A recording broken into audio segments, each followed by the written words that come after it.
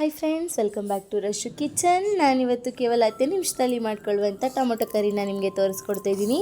ಇದನ್ನು ದೋಸೆ, ಚಪಾತಿ, ಇಡ್ಲಿ, ರೈಸ್ ಎಲ್ಲದ್ರ ಜೊತೆ ಕಾಂಬಿನೇಷನ್ ಆಗಿ ನೀವು ತಿನ್ಬೋದು.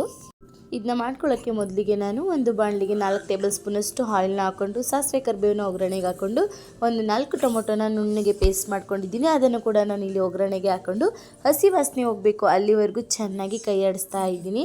ಇದನ್ನು ಮೀಡಿಯಮ್ ಫ್ಲೇಮಲ್ಲಿ ಇಟ್ಕೊಂಡು ಚೆನ್ನಾಗಿ ಬೇಯಿಸ್ಕೊಳ್ಳಿ.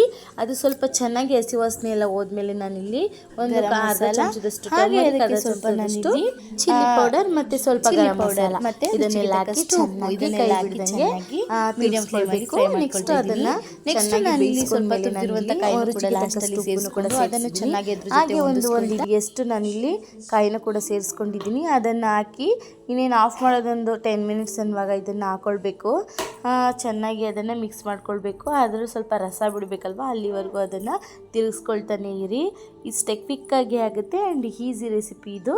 ನೀವು ಕೂಡ ಒಂದ್ಸಲ ಟ್ರೈ ಮಾಡಿ, ಯಾವ ರೀತಿ ಬಂತು ಅಂತ ನನಗೆ ಕಾಮೆಂಟ್ ಮಾಡಿ. Thanks for watching and keep supporting guys. Bye.